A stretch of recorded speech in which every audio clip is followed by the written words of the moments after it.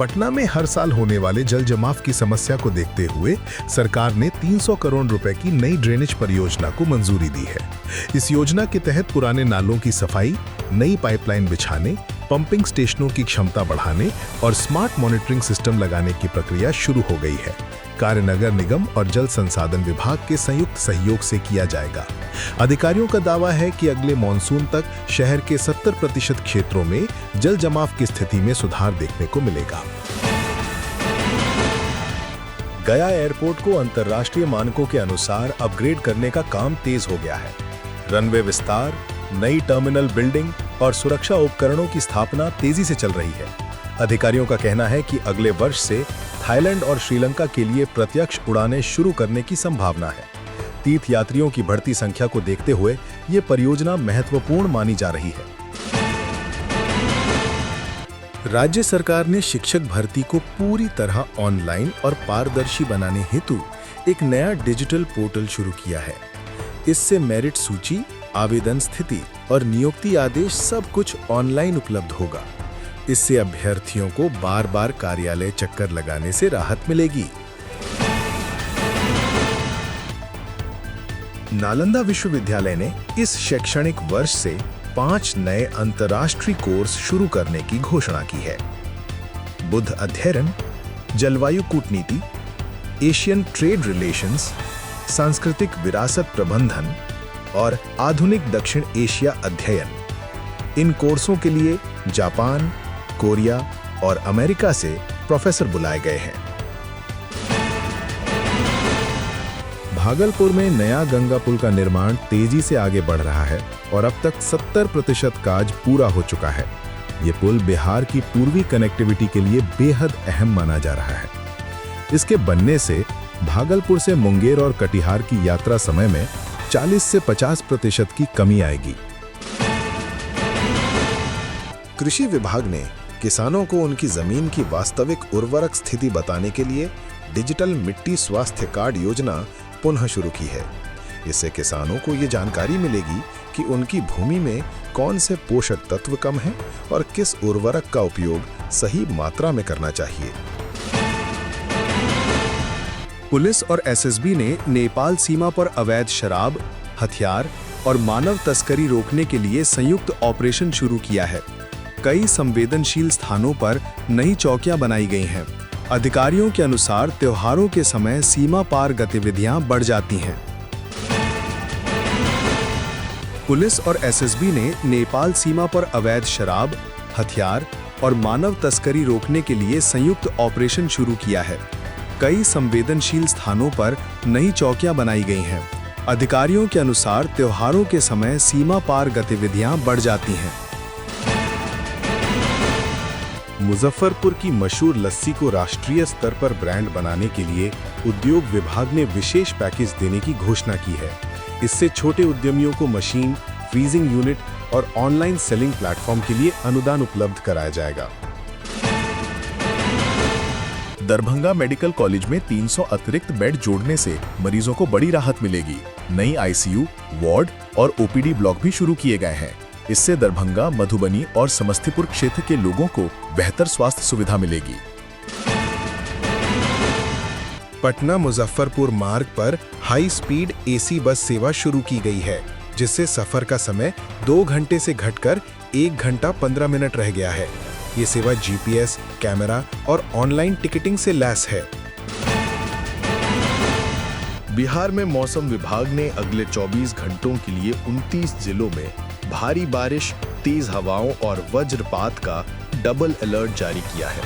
उत्तर बिहार के कई जिलों सीतामढ़ी, दरभंगा, मधुबनी, सुपौल, अररिया में विशेष सतर्कता बरतने को कहा गया है।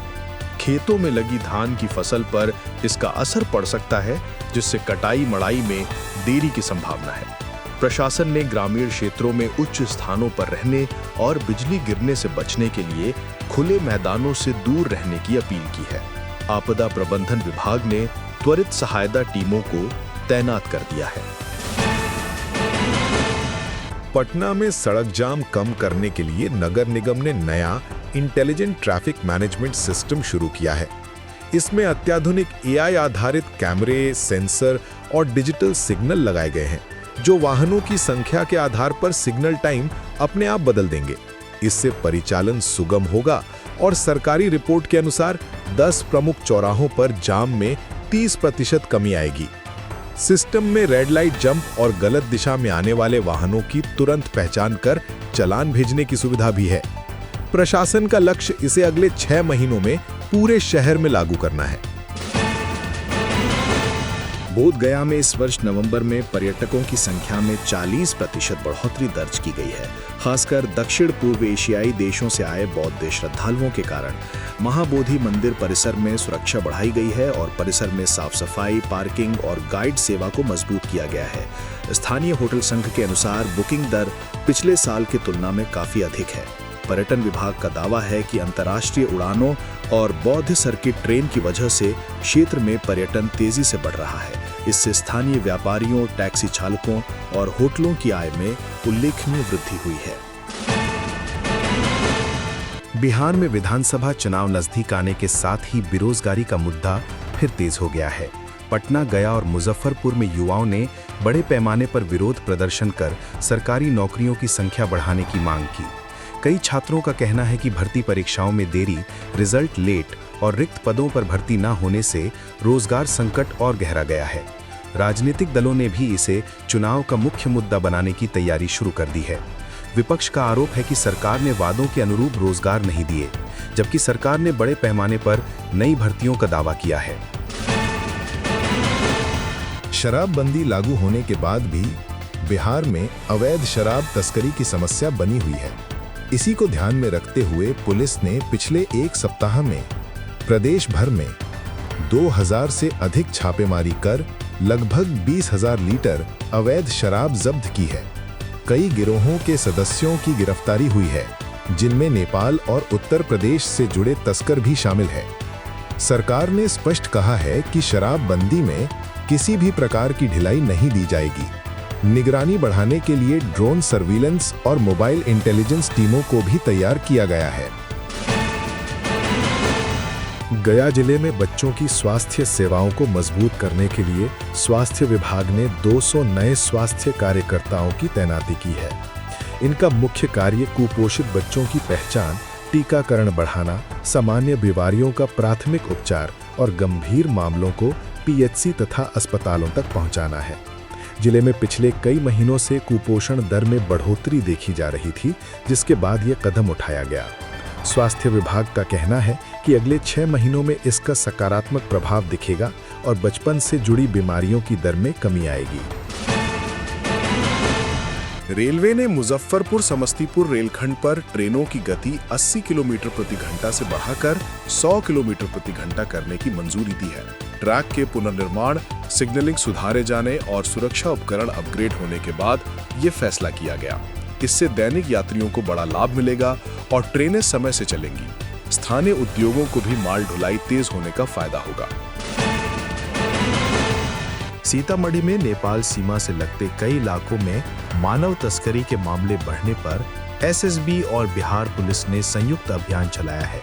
कई संदिग्ध मार्गों पर चौकियां बढ़ाई गई हैं और रात में ड्रोन निगरानी शुरू की गई है। अधिकारियों ने कहा कि त्योहारों के समय ऐसे मामलों में बढ़ोतरी की संभावना रहती है। अररिया जिले में बाढ़ से प्रभावित गांवों के लिए 50 करोड़ रुपए का राहत पैकेज जारी किया गया है। इसमें मकान क्षति सहायता, फसल मुआवजा, पशु हानि सहायता और परिवारों को त्वरित नगद मदद शामिल है। जिला प्रशासन ने जल्द सर्वे पूरा कर वितरण शुरू करने का निर्देश दिया है। यात्रियों की बढ़ती संख्या को देखते हुए दरभंगा एयरपोर्ट से नई दिल्ली के लिए एक अतिरिक्त दैनिक फ्लाइट शुरू की गई है। इससे दिल्ली जाने वाले छात्रों, नौकरी पेशा लोगों और मरीजों को बड़ी राहत मिलेगी। एयरलाइंस का कहना है कि सर्दियों में यात्रियों की संख्या और बढ़ेगी।